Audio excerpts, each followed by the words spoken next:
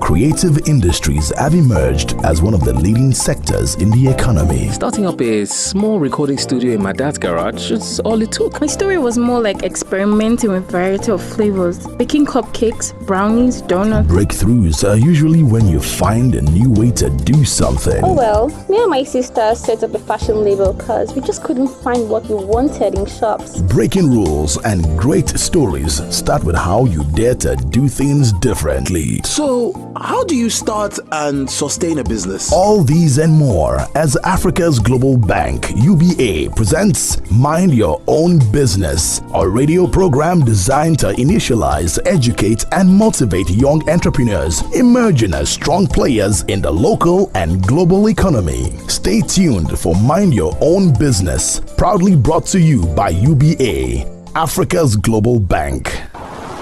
This is Mind Your Own Business, brought to you by UBA, Africa's Global Bank.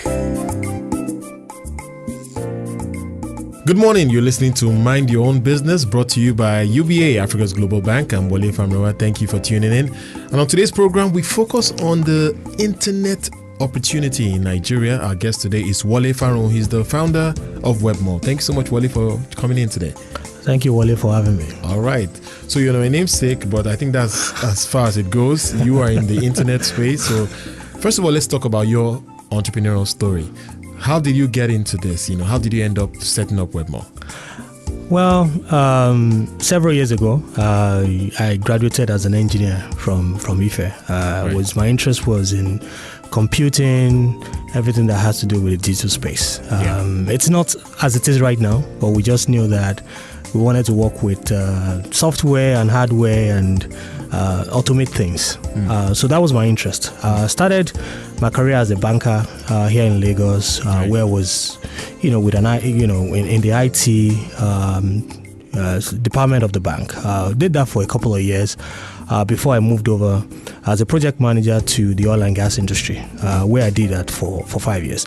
But I think where things began to change for me was really the few last years at the oil and gas business, where, although I was a technical person, I began to see the business, the big picture. And I was wondering, how do I get to be part of the big picture? Then I decided to go and do a master's degree. So I had an MBA, went to the US, where, studied and lived for about 6-7 years.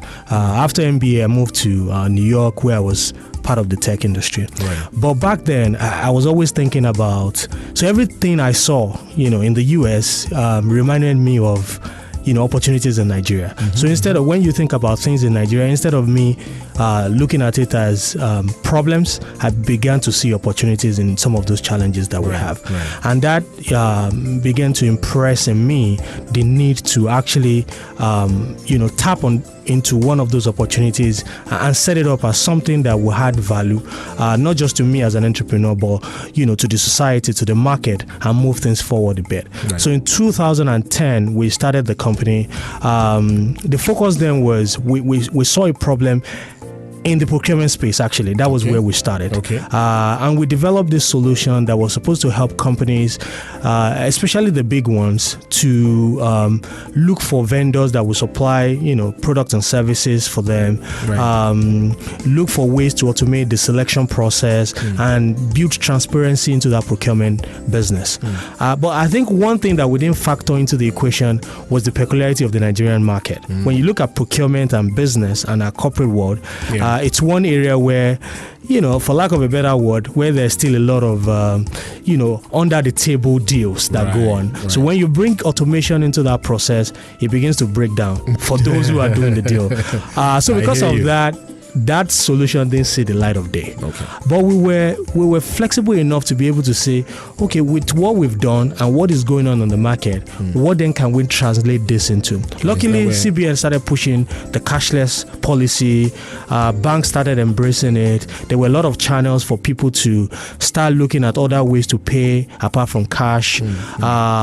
Vendors who are also suppliers, or what you call merchants, we already had those, and we then transitioned that solution into what we call today WebmallNG. Right. So instead of the B2B, business to business transaction, we actually switched it to B2C, where, as a merchant and as a business, you can sell to individuals online, and that's how we started the WebMall platform. So from the name WebMall, it's like you're taking a mall online. So give us a sense of how big this mall is. Who are you engaging right now?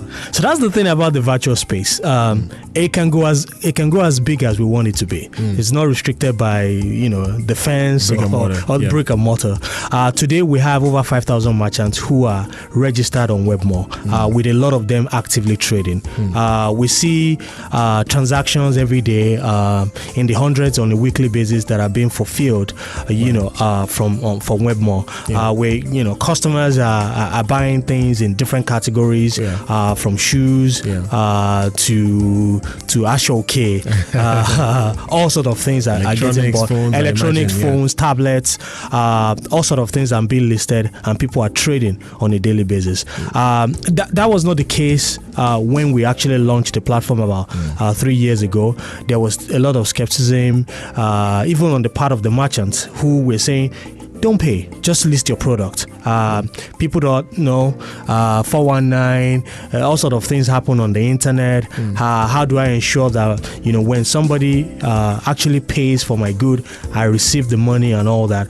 But in the last few years, with education, with actual sale and actual interaction of customers, word of mouth, we've transitioned from that era where people are afraid and scared to do anything online to a process now where people are beginning to explore all sort of channels and ways to pay and get hold of products and services that they procure. Right. Online. I mean, when we begin to have promotions like Black Friday becoming something that people look forward to, so it seems like an area that has really opened up. We'll explore that right after the break. But before we go into the break, always like our guests to make a music selection. Wole, what would you like? That's an easy one. Any song by Wizkid, we'll do it. All right. Yeah. Okay, so we'll bring that for you, and we'll continue our conversation with Wole Faroun, the CEO of WebMall. We're back in a moment.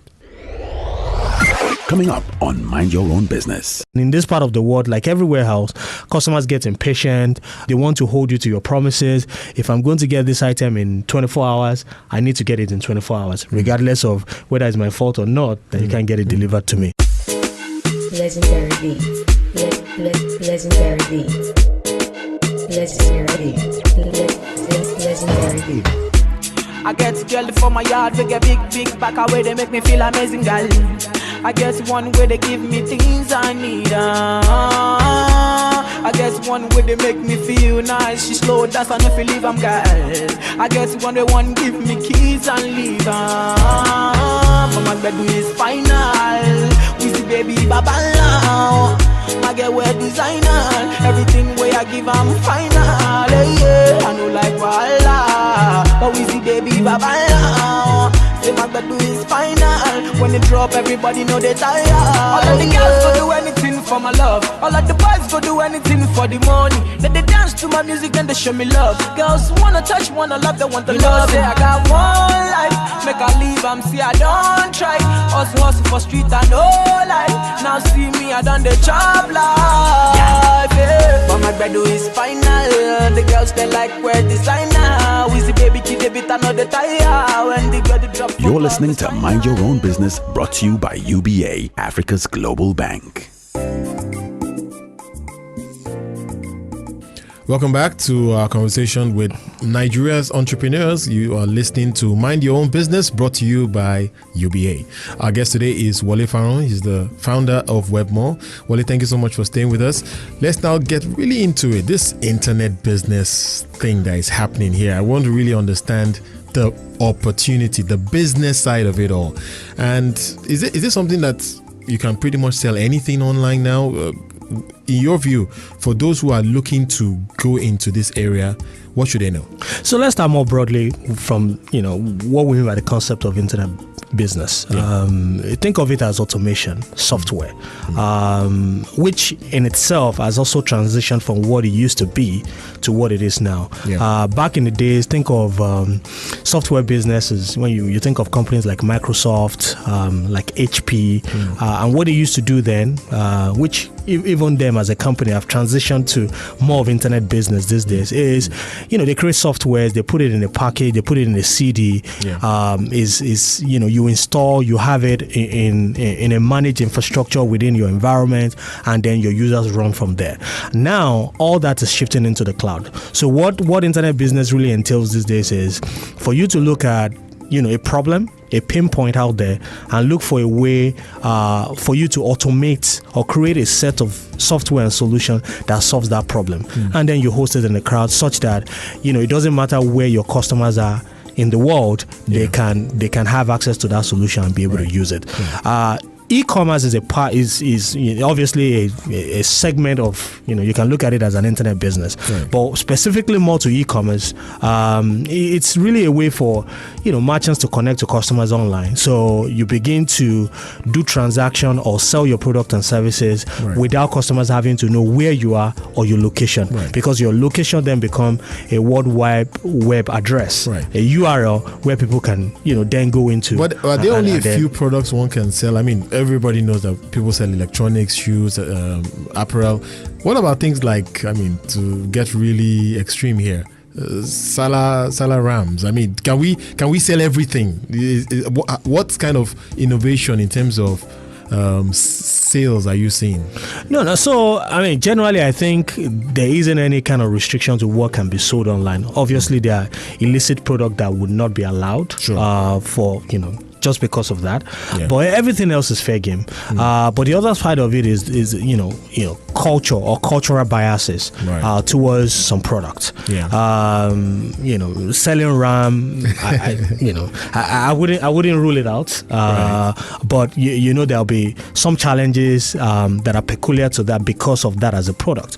The weight, how the RAM looks, the size of it. There's a logistics behind all of this, because you have to deliver the product, right? So order fulfillment, which is what you're referring to as logistics, is very important in this whole e-commerce space. A customer pays until they receive the product that they pay for or the service that they pay for. There's actually no commerce. So that's very important. And in this part of the world, like everywhere else, customers get impatient. They want to hold you to your promises. If I'm going to get this item in 24 hours, I need to get it in 24 hours, regardless of whether it's my fault or not, that you can't get it delivered to me. So those are some of the things that, anyone looking to go into this business have to think about and have solutions that actually take care of it. Because the phase we're in, especially in the e-commerce space in Nigeria, is that of confidence building. Customers are trying this. There's a set of customers, the early adopters, they've tried it, they're comfortable with it, they keep coming back. But that's a small percentage of the addressable market. There's still a portion that are lagging behind, and they are watching, and they will try once. If we get it right and we serve them well as customers, then they will come back. Not only come back, they will tell another person who is in that category to also try it. And that's how we get the market to expand. That's how we make the market bigger than it is today. So anyone going into the space has to be mindful that at the end of the day, we're providing a solution, and we want customers to enjoy that solution and be sticky so that they can come back and patronize the business over and over again. But in terms of managing your business to go online, I want to get your thoughts about outsourcing some segments. I talked about logistics. So for instance, do I have to invest in maybe getting a truck to be delivering goods? Do you think it perhaps makes more sense to look for someone you can partner with to get that done? Just from your experience dealing with merchants and of course maybe directly yourself, what are your thoughts on that? So that's the whole concept. That's how we started WebmallNG as a business. At the end of the day, we want merchants and traders to focus on what they do best, which is to sell their products, right? To find a way to buy those products that they are selling and then sell it to their customers. So everything in between is a means to an end. It's helping them to be able to make that sale. The technology, the marketing, the logistic, like you said, the payment system, all that can be provided for by service providers, and that's why we're in that space. As a company, WebmallNG, we provide those four things by the virtue of the fact that you come on WebmallNG. So you don't have to worry about, how do I make my web page look good so that it's attractive to my customers, or how do I promote my web page on WebmallNG such that someone in Kaduna who has a need for my business can see me and buy from there, or how do I receive 20,000 naira and ensure that it goes to my bank account. Things like that, or logistic. How do I get the product that has been bought from my shop in Oshodi to someone in Okokomaiko? Right. These can all be outsourced to service providers like us, so that at the end of the day, that entrepreneur whose business is to actually sell can focus on what they do best, which is selling. And of course, give them the opportunity to go to the world. That's what the internet provides in terms of an opportunity. Expansion. We'll continue our conversation. Very interesting area that we're dealing with today. But of course, Wole, as we go into another break, give you another opportunity to make a music selection. What do you want this time? Maybe another song by a song by Olamide this time around. All right, we'll bring that for you, and we'll continue our conversation with Wole Faroun, the founder of WebMall. We're back in a moment. Coming up on Mind Your Own Business. I think if you can live here and survive here, you can do a business here and survive, and the business will survive. I don't think it's far-fetched. This is our country. We've been here, some of us close to 40 years now. We understand the ins and outs of our culture, because our culture translates into the way we do business.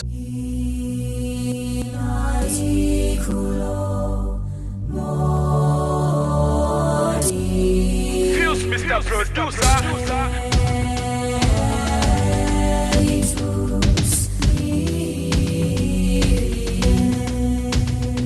One they should be to me. Boy. Look me less, I look me well, boy. Gala flows on the well, boy. My money like got it, but my money that's well, boy. Gonna you of the jet, boy. One ship and eyes, all I'm rock by the chef, boy. You go undo, every but you ride it, I love me. Any pepper flow like notorious, yes, we glorious. When we the gun, the boss, nobody's glorious. Kicking the door, weapon the bubble. The street is watching, street is so full. The spirit living your local alone for. I shoot myself, I kill them all.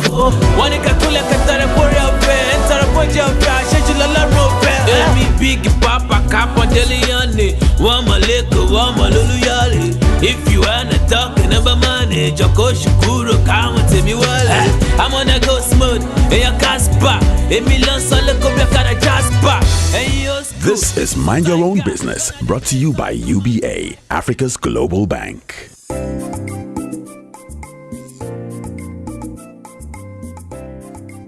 Welcome back to Mind Your Own Business, brought to you by UBA, Africa's Global Bank. Sitting with us today is Wole Faroun, the founder of WebMall. Wole, as we begin to wind this down, just want to get your perspective on how one begins to think about building an internet business. The internet obviously has phenomenal potential, especially in a place like Nigeria where we have this mobile penetration thing happening. More people are getting the opportunities to get online on their phones. So your thoughts about those who are maybe sitting in the classroom today or maybe working a job somewhere, where does the education and the process begin for them? Yeah, thank you, Wole. For me, and I think this is probably applicable to a lot of entrepreneurs or aspiring entrepreneurs. I think it starts from recognizing problems and figuring out that there has to be a solution to that problem. Personally, if I drive 1 kilometer, I can spot 100 problems that needs to be solved. And that's the way I'm wired. And I think an entrepreneur is like that. Right. Everywhere you look, instead of seeing problems, you're seeing opportunities that you can tap into.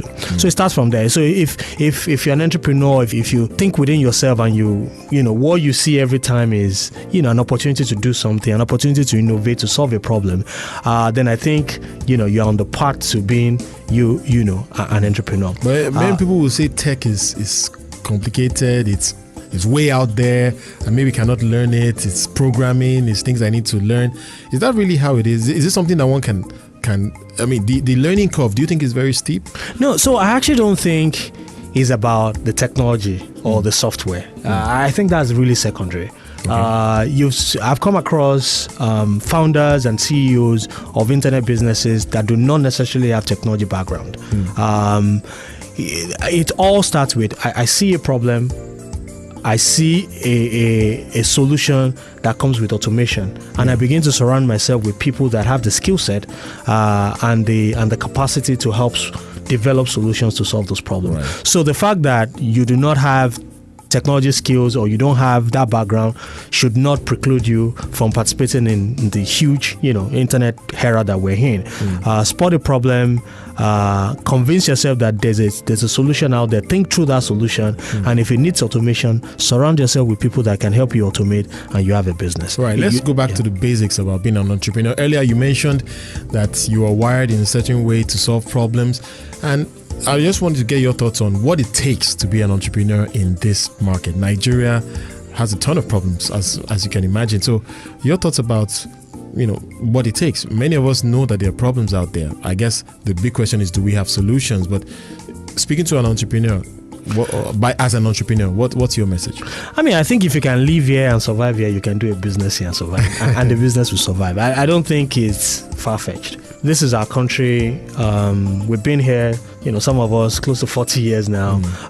We understand the ins and outs of our culture, because our culture translates into the way we do business. But so starting from seeing a problem that you want to solve, you have to be passionate about solving that problem, because it's that passion that is going to see you through. You're going to hit a lot of obstacles around here.